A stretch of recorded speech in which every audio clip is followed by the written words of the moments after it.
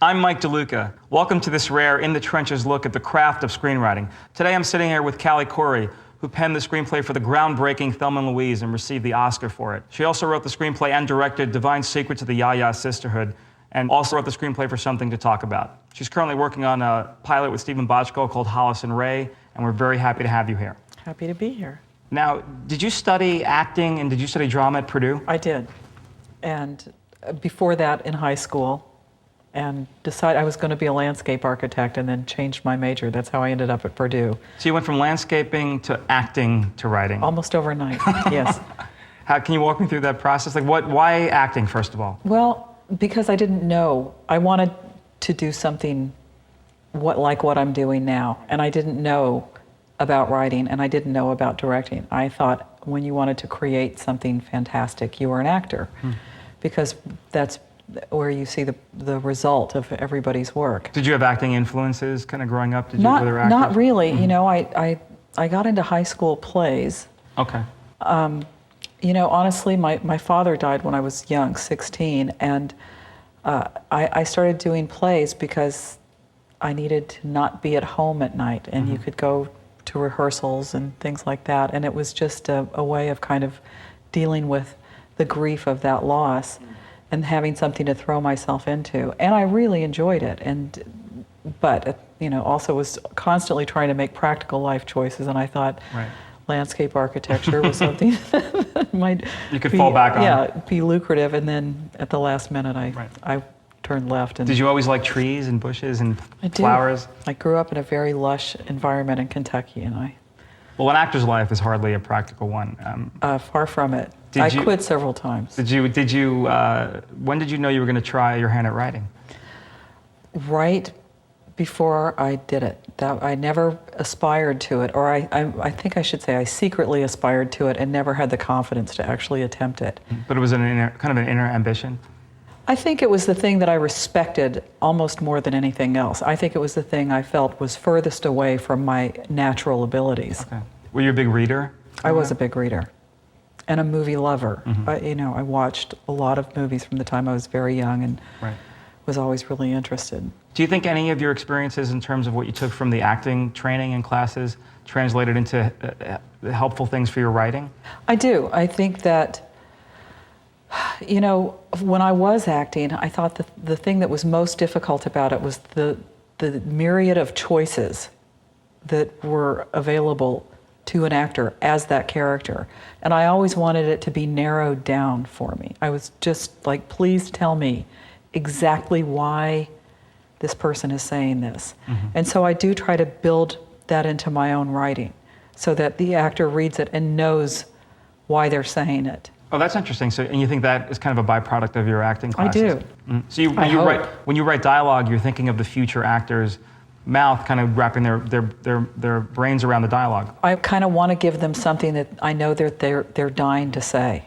You know, when I'm writing, I really think I want an actor to read this and say, I have to be the person who gets to say this out loud.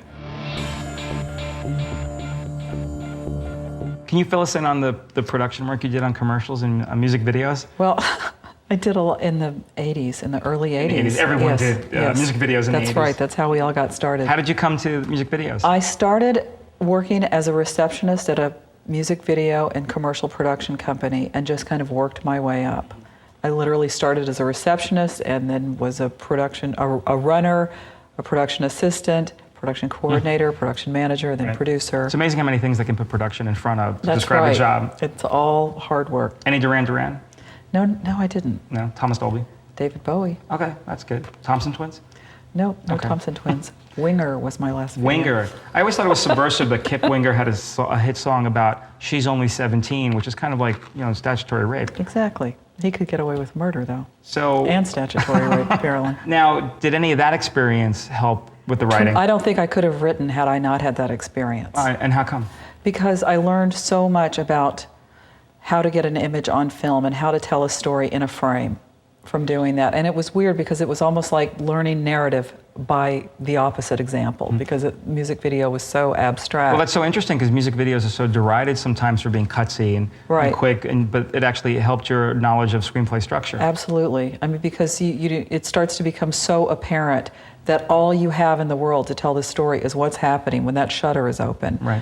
And so it really does make you focus. Oh, so that really sunk in for you? Yeah, very much so. And then I also think having the hands-on experience of, I mean, you know, because I started literally answering the phone and went to, you know, the person who drives the film to the lab, and then to the person who orders the lighting package and the grip package and the chairs, and, you know, just went through every single aspect of it. I had a very firm understanding of what goes into making a film and the economy that you need to do that. And so when I wrote Thelma Louise, you know, I knew how much it would cost to make it. Wow. And I, you know, really saw it. That's quite an advantage, because I'm sure, you know, when it hit studios, they could all see that it was a producible, for what it was, I'm sure in their minds, that, hey, this is producible and isn't going to cost an arm and a leg. Well, it still cost far more at the time than I thought was necessary, because I came from such a low-budget background that I knew you could make it for nothing. Right, but once it gets to Ridley Scott... Once Ridley Scott's involved, then, you know, he's going to need his helicopter shots. Now, you were born in Texas and raised in Kentucky. Yes. Has the Southern and Midwestern sensibility kind of seeped into your writing, do you think? I think it has. I think it's, you know, more than anything else, what I'm known for, what I'm hired to do more often than not. What is that sensibility, like, if you had to distill it down? I think it's an acceptance of, I mean, I think the sensibility that would be most associated is the acceptance of eccentricity as normal, you know, as just part of people's daily life. And again, I've always felt with your work that that's true, but you really feel, it's relatable. You feel like everyone's got a version of that in their own experience. I think everybody does have a version of that, no matter whether you grew up in New Jersey or New York or Michigan or whatever. You know, it's just these particular sensibilities of the South are colorful and entertaining. Right, and very humanist. Right. And I also think that because of, you know, being a Southerner, one of the experiences I think a lot of people that grew up there share is that there is kind of a dark side to the South. You know, I mean, a lot of really bad things went down there, and it was a place where, you know, oppression of large groups of people was the accepted norm. And so there's a lot of rationalization that goes on. There's a lot of, you know, it's known for hospitality and lynching. I mean, you know, come on. Right, So, there's a duality there. Right. But I imagine it's fertile ground and rich ground for a dramatist. I hope. I hope it holds out. Do you find writing certain characters easier than writing other ones? What's a difficult character for you to write? I think the times that I have the most trouble is when I'm having to do something for a studio where they're seeing something that I'm not seeing. And is it hard to get on the same page at the beginning, or do they change their mind through the process? I think there's some of both. I think, you know, I liken it to this experience, and that is somebody will say, I want you to write a story about my mother. And it doesn't matter what you do. It's never going to be their mother. Right. It's going to be your mother or your friend's mother or somebody you know. It's not going to be the experience for them. And they want you to write an experience that's closer to something they experienced, and it's just impossible. Right. Do you do much script doctoring or rewriting? I do a fair amount, you know, more than I would like, actually. Right. It's become less satisfying over the years. Does it give you a sense of kind of what's being written around town, and is that important? Is that an important thing for a writer to have? You know, yes and no. I think... Does it just demoralize you? It can, you know, and I think that you can really stray very easily from what you started out wanting to do. Once you kind of find yourself in the quote-unquote studio system and working as a writer for hire, it's really easy to lose the passion for it, because you are just kind of doing a yeoman's job of delivering something that they will feel is commercial, and that's really what studios are interested in doing these days. They're not asking you to create works of art or, you know, something that's individual to you. You know, if anything, you find you have to take your personality out of it more, or your own personal likes and dislikes out of it far more than you would if you were writing a spec script. You remind me of the Joan and John Donne book Monster, about the writing of Up Close and Personal. Right. And kind of, it's a great book about the trials and tribulations of the rewrite process. Is writing ever easy for you? There are those rare moments that it is, and that's, well, for instance, Thelma Louise was actually very easy. It was one of those times where I would sit down and there it would be. Mm-hmm. You know, I go for long periods of time in between where there's nothing, you know, where you wait for the characters to speak to you as easily as those characters spoke to me.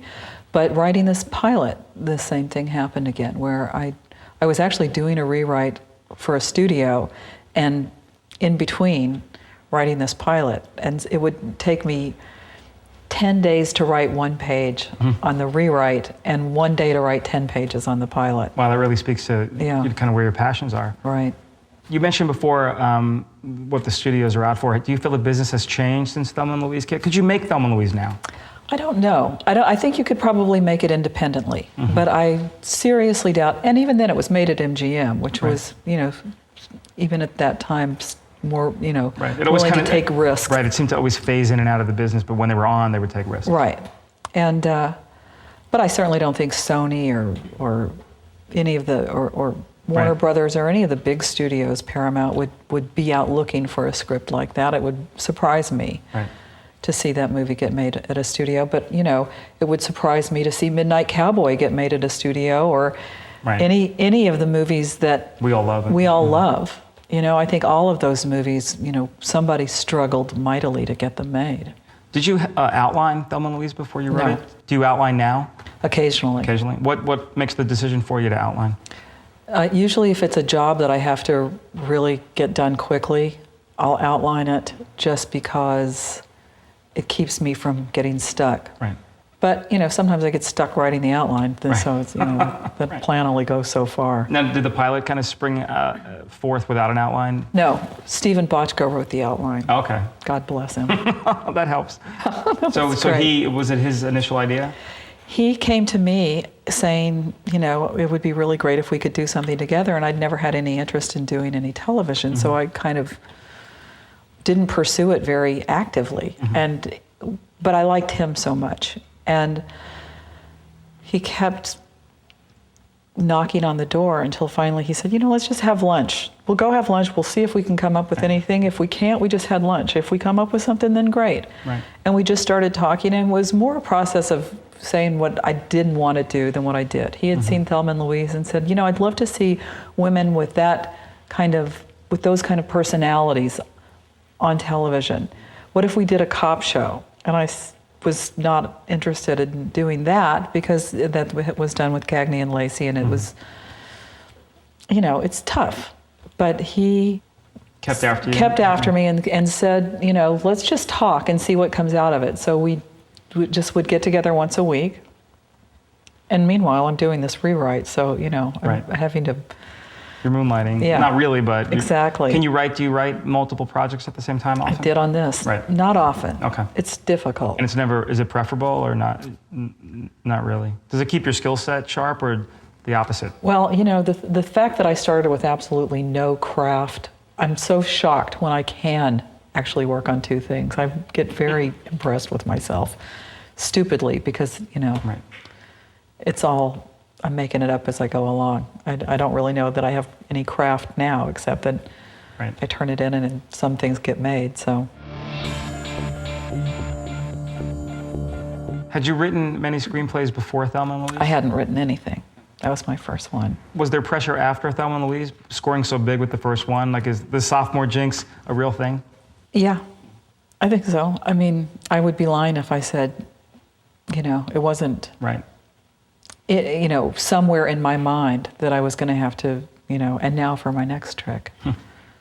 But it did take me a really long time. And I think the cultural phenomenon that was happening at the time Thelma and Louise came out, you know, there was a big shift in the Senate. There were the first, you know, wave of women senators started getting elected. The Anita Hill thing was happening. You know, there was a lot going on. Did you sense that cultural shift and that's how the idea came to be? No. Where you just happened to be in the culture when it was shifting, and then Thelma Louise followed? The latter. Okay. I think I was responding to something for myself after doing years of music videos. Right. Just seeing women chained to the hoods of right, cars. You know, stuff. it just Right. where it was just, 4 solid years of head shaking. Right. Of like, I didn't march for this. Yeah, I just thought of Tawny Katane writhing over that Right. white in the car, over the car in the Whitesnake video. Exactly. So, I think in some respects it was a response to that. Okay. And just saying, I want to see something that I want to see. Right.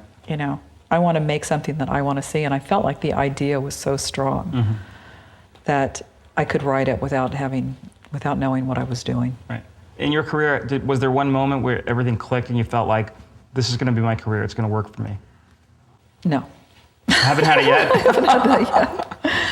I'm always kind of looking for a escape route. Right. Now, some kind of you plan. chose to go deeper, though, into the rabbit hole with directing. What prompted the decision to Well, direct? I actually wanted to direct Thelma Louise. I mean, because to me, the screenwriting is just a means to an end. I mean, it's just the first part of telling the story.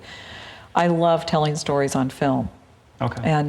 And so I never meant to just be a screenwriter. And when I say just be a screenwriter, I don't mean to minimize it in any way. I mean, everybody will tell you that it's a director's medium, but until a screenwriter goes to work, there's no such thing as a director's medium. Right. So, and I feel like that is the most difficult aspect of the whole thing. And, I think the part that I love about directing is that there really are 150 people standing around making sure you know what's, Right. that you're going to look like a genius. I mean, or an idiot, I guess, depending on how much of yourself you apply to that. But So you saw directing as a logical extension of storytelling. it absolutely is and editing. I mean, And the only thing that probably stopped you was that just being new. It's harder to Right. get a first film off the ground. exactly.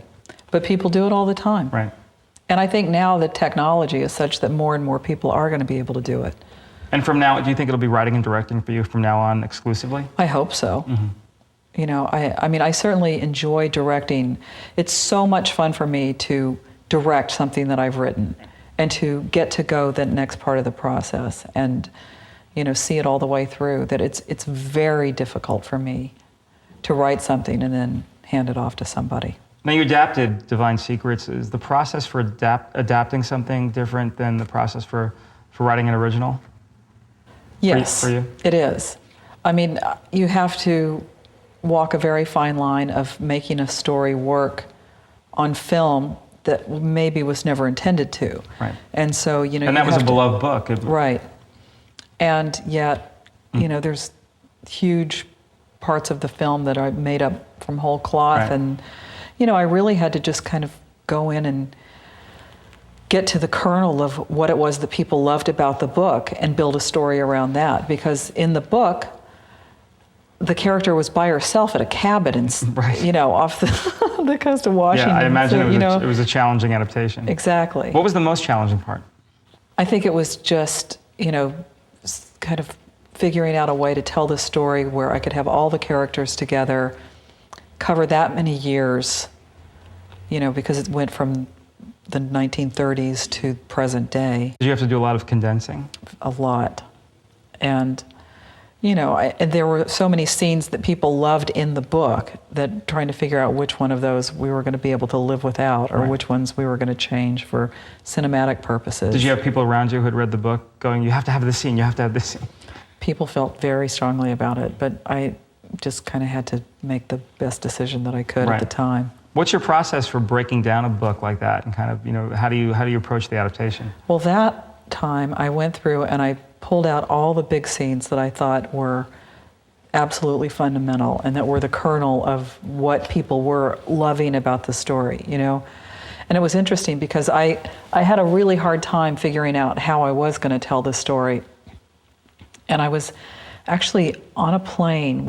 I was with my friend Courtney Valenti, who was a big fan of the book. And I kept saying, I'm not even sure where to start with this. And she said, well, I'll tell you what I connected to in this book. And she just kind of laid it out for me. And I just went, oh, okay, I can do that. Oh, great. So Yeah, what she connected to emotionally. And once I heard somebody say so succinctly what they related to emotionally, then I could tell the story. That's why she's a very good executive. she's one of the fabled in terms of one of the best executives to do the job. Yes. Did you know you were going to direct it when you started writing it? Yes, I did. That's part of the reason I said yes to it. Right. So you were looking around for a property at the time? I was trying to get something else made. I was actually trying to get a baseball movie made, but they Those kept are tough. offering me this. Yeah. Was it something you had come up with originally or something? Actually, no, it was a rewrite. Okay. And it was a story that I really loved. But they kept offering me this movie, you know, and I kept saying no because, you know, I mean, the one thing that's been interesting about my career is that, you know, I do get offered, as I jokingly say, anything with a woman in it. Right. It's gonna cross my desk. No, I can vouch for that. You're brought up for anything that has a female lead. Yeah. Or if there's a movie where they feel like the female character isn't as fully realized as she should be, which is a lot, Right. I'll often be asked to put one in. Right. Which is, I mean, I know why that happens, but your male characters are just as fully realized. I mean, the male characters in Thelma Louise are star-making parts. I mean, they made a star out of Brad Pitt, but those characters are just as fully realized as the female characters. Does that kind of typing bug you? Yes, it does.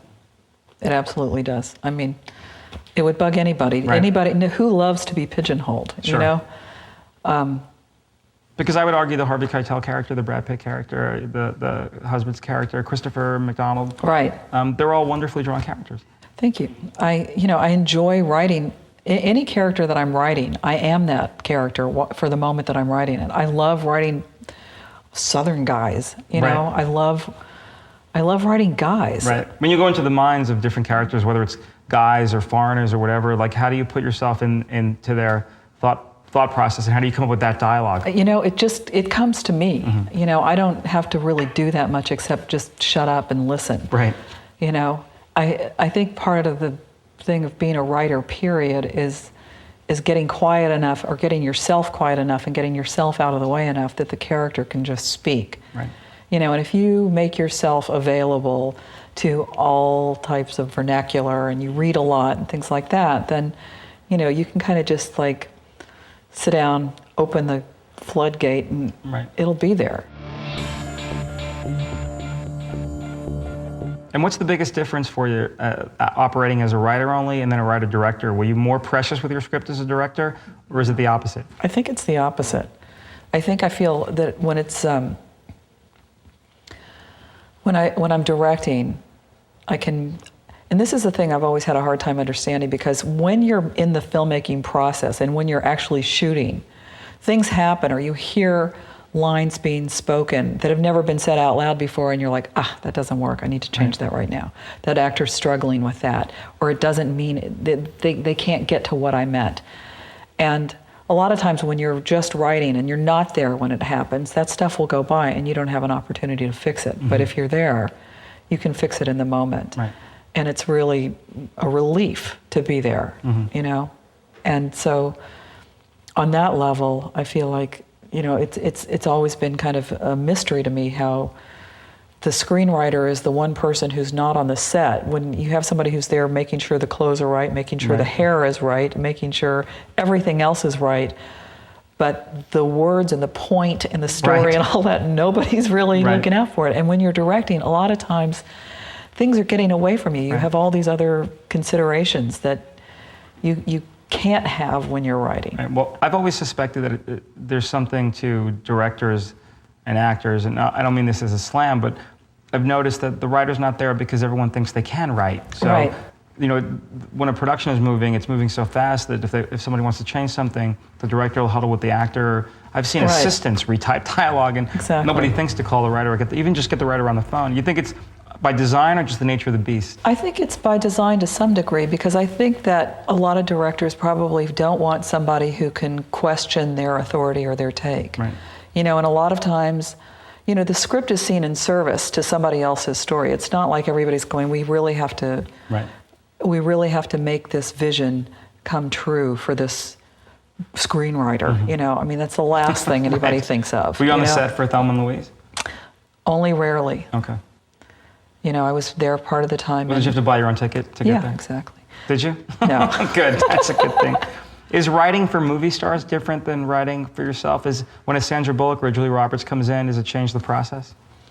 I think it changes the process later, but I don't think it does while you're writing. Okay. You know, I mean, certainly, Sandy was a friend of mine, so it was much easier for me to write her voice because I know her rhythms and her cadence, and I know how she can, you know, really drive a sentence, you know, and she's one of the greats in my opinion. You know, she's like a Myrna Loy or Jean Arthur or one of those kind of actresses who can really, or Barbara Stanwyck. Yeah. And I don't make those comparisons lightly. Yeah. You know, she's one of those actresses that can really, you know, get out a mouthful and get all the way to the end of the sentence. So and that still means the same thing. That was like writing for a friend, so not really a movie star because you knew each other so well. And how was writing for Julia? I didn't write for her. You know, it was she was cast afterwards. Oh, okay. So, and I try not to generally write for actors because then you're writing for a quote unquote personality and you're not writing a character. Gotcha. And I find it can really slow you down sometimes.